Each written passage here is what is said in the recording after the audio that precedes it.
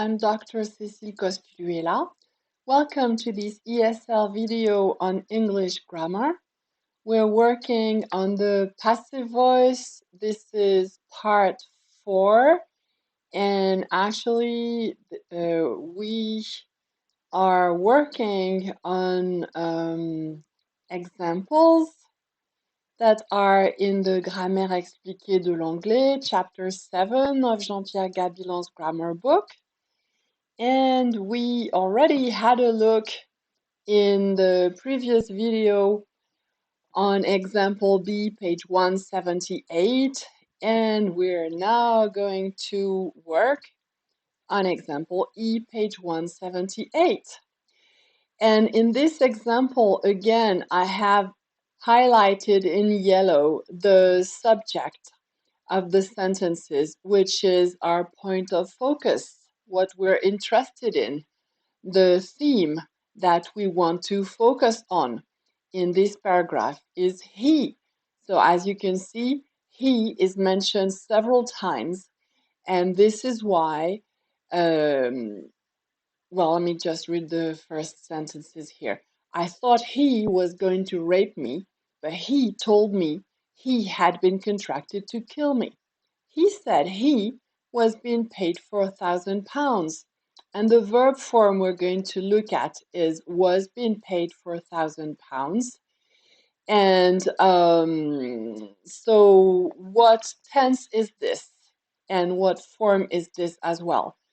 In order to answer this question, let's have a quick look at the English verb equation. So our sentence, as you remember, is he was being paid for £1,000. And so what's the formula of the verb form? Is it VS or VED? Well, obviously, the past tense is used here, and then there is no modal. And then there is no perfect either, so 0, 0 in the formula. And then do we have the be plus ing form or the simple form? Well, clearly here we have be, which is in the past tense, and then the ing form of be again, which is here used as a verb. So be plus VING is the next operator in the formula of this verb form. And the next question is, do we have the passive voice or the active voice? Well, obviously we have here be plus the past participle of the verb pay. So be plus VEN, that's the passive voice indeed. And then you remember that as soon as we have an orange operator in the verb form, in the verb formula, then it's just not compatible with the green one. So 0 is necessarily what we have in the formula here. So the verb formula in was being paid is VED plus B plus VING plus B plus VEN. So that's what we have here in this sentence. Now, what does it mean? Why do we have these operators, this combination of operators in this sentence? Well, the answer appears very clearly, I think, in the English verb matrix, in which we can see that in the sentence he was being paid for £1,000, the tense that is used is the past be plus VING, which is combined with the passive voice. So our example is the same one or of the same kind as the one that we have here. And the value, the meaning expressed by this example is the invariant that is always associated with the past be plus VING, which is to say it is the idea of meta-inscription that is out of phase. So out of phase meta-inscription is the invariant of the tense that is called the past be plus VING, and it is associated with the invariant of the be plus VEN form that is of the passive form. So the invariant of the passive form, as we have already said, is that idea that we're actually choosing one subject and not another one. So here, the subject, the camera, is focused on the subject he, which is mentioned several times. And that's because he is the subject, the theme, the topic we're interested in, that we need to use the active voice in the first place with the simple form here to mention a fact, to inscribe it in the communication space, to make an inscription on the sheet of assertion. And then the second sentence here that follows it, he said he was being paid 4,000 pounds, sorry, is well, it is in the passive voice this time because again we're focusing on the subject he. So the choice of the voice really is completely derived from the choice of the subject. So I think we're not actually really choosing the voice, we're choosing the subject, the topic. What we're interested in here is he, and therefore it implies the use of the active form in the first verb form here, that's underlined, and the passive voice in the second one here. That's what's logical given the discourse that we want to create, which is focused on the subject he. And then why do we have the past tense? Because we're focusing on a story that's completely out of phase. It's not in our now moment. We're disconnected from it. We're just focusing on something that happened in the past. And we're back to that moment, to that out of phase moment, talking about that. And then why do we have be plus VING? Well, it's always for the same reasons. Anytime we use this operator, be plus VING, it's because we're doing a meta inscription. And this meta inscription is the idea that we're not merely presenting a fact to our co-speakers, we are actually using that fact in order to relate it to something else that we're interested in. So here, the point is clearly not to mention that he was paid this or that amount.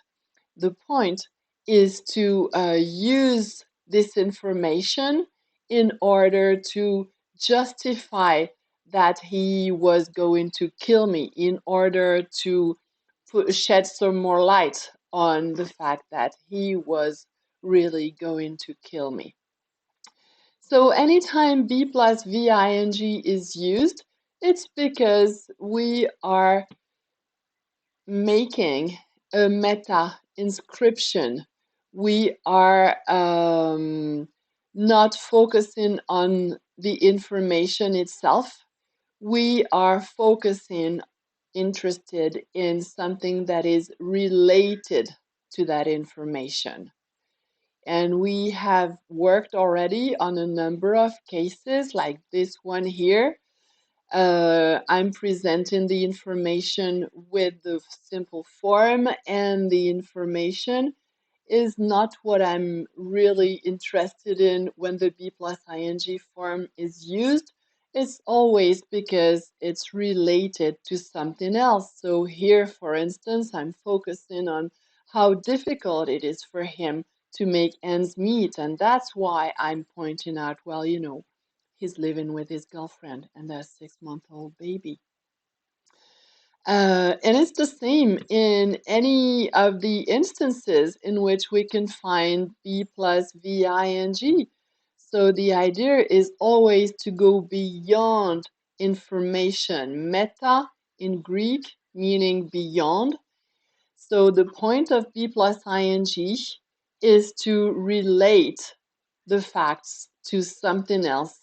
And that something else is really what we're focusing on, what we're interested in.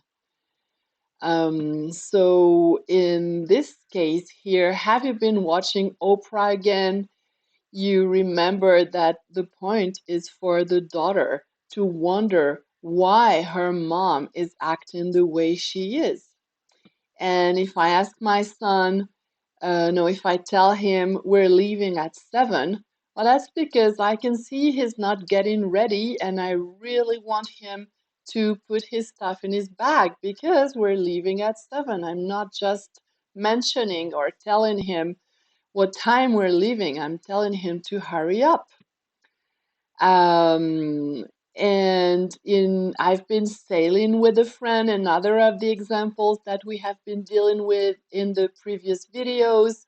The speaker here is justifying why she's sorry she's so late, and she's not presenting a fact. And here it's just the same. B plus VING can be associated to the symbol of the arrow pointed to the left. And anytime I see B plus VING, I know that it's an operator of thirdness, meaning it's all about relating the facts to something else. Here in this case, the fact that I'm justifying, explaining why he was going to kill me and confirming that he was really going to do it. So the point is to make a meta inscription, whereas if I had just said he was paid for £1,000, the objective of this sentence would be completely different, and it would merely be to mention a fact and explain that he was paid and that he was paid this sum of money.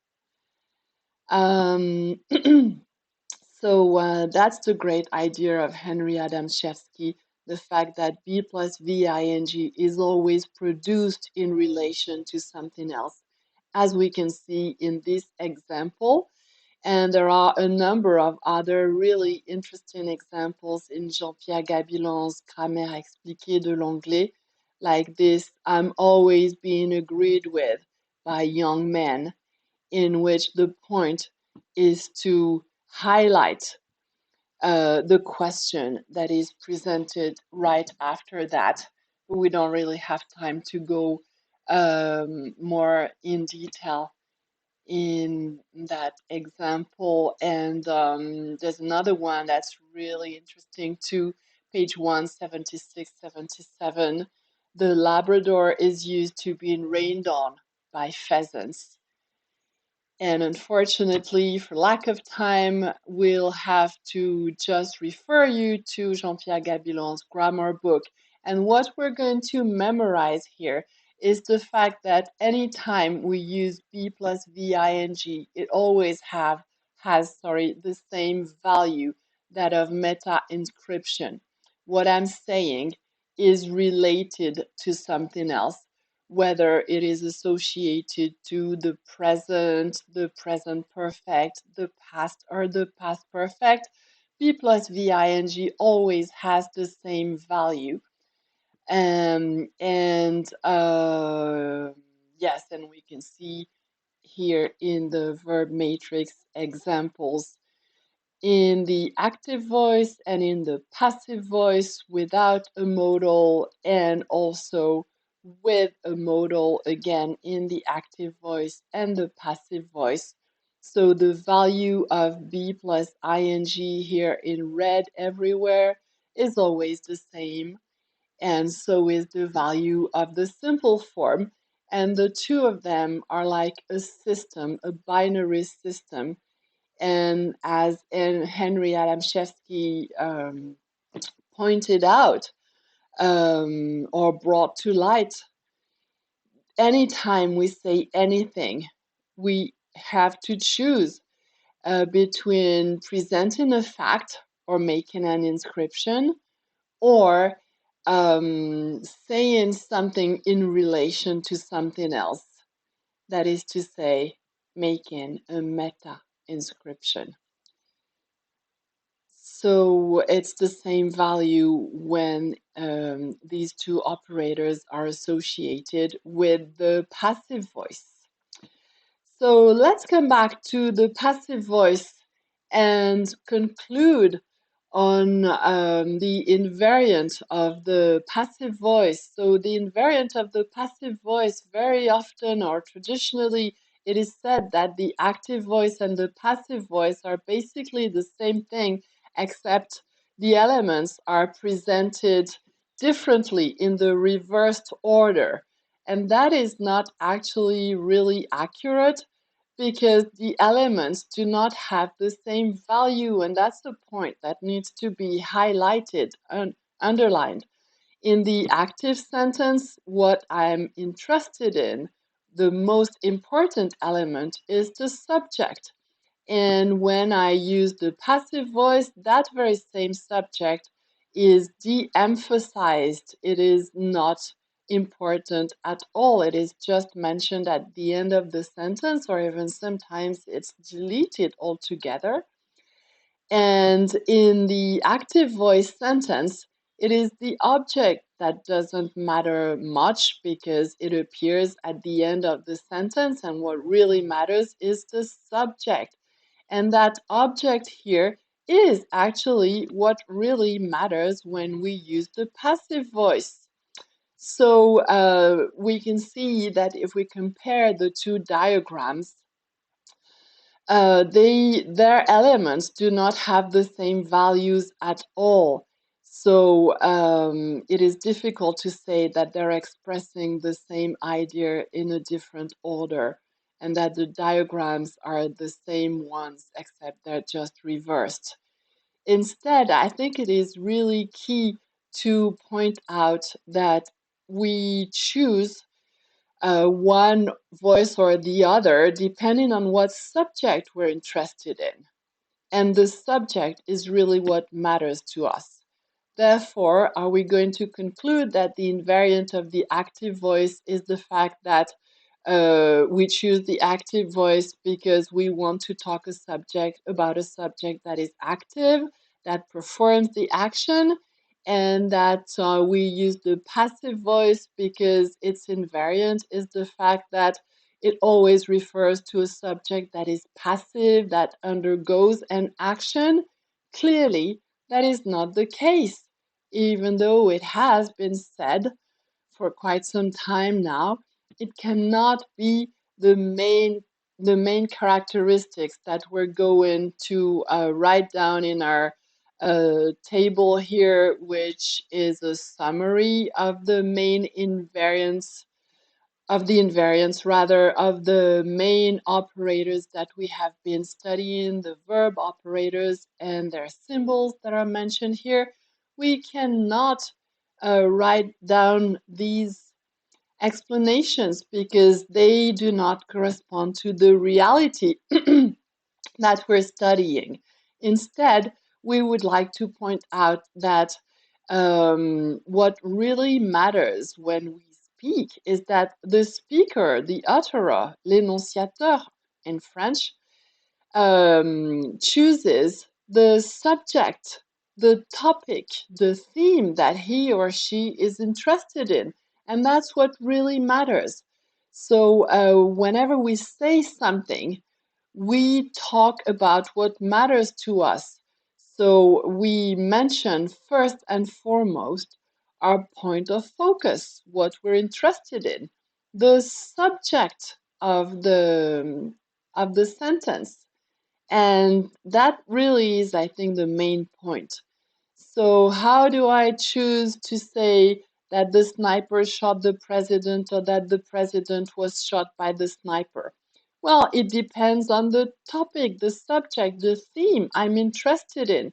If I'm interested in the sniper, I'm going to talk about the sniper.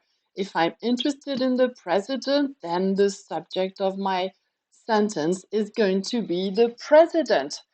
And basically, I think we choose the subject, we choose the topic that we want to talk about, we choose the theme, and therefore, we don't really choose the voice. It's more about choosing the subject. So the choice of the voice basically boils down to a matter of topicalization, of thematization, of choosing the topic or the theme that we're interested in. And once we've chosen the subject, then the voice automatically is chosen by the subject. And maybe to make more difference between these two voices, we could say that the sniper is maybe a more obvious choice of subject than the president, and maybe we could say that if we choose to talk about the sniper, the subject here is more obvious. It's more about presenting a subject, inscribing it on the sheet of assertion. Whereas if we choose to talk about the president, it is a less obvious subject, and therefore we're more in the realm of meta inscription. So maybe that is what we could conclude and say that the invariant of the active voice is more about subject inscription, whereas the invariant of the passive voice is more about subject meta inscription. But I think basically what we really need to keep in mind is the fact that we don't really need to focus on choosing the voice. What we need to focus on is what subject we want to choose and focus on. And once we have chosen the subject, then the voice follows logically. I guess that really is the main thing we need to remember as far as the invariant of the active and passive voices are concerned. So that's it for now. Thank you for watching. Keep up the good work. I'll see you in the next video. And in the meantime, I wish you all the best.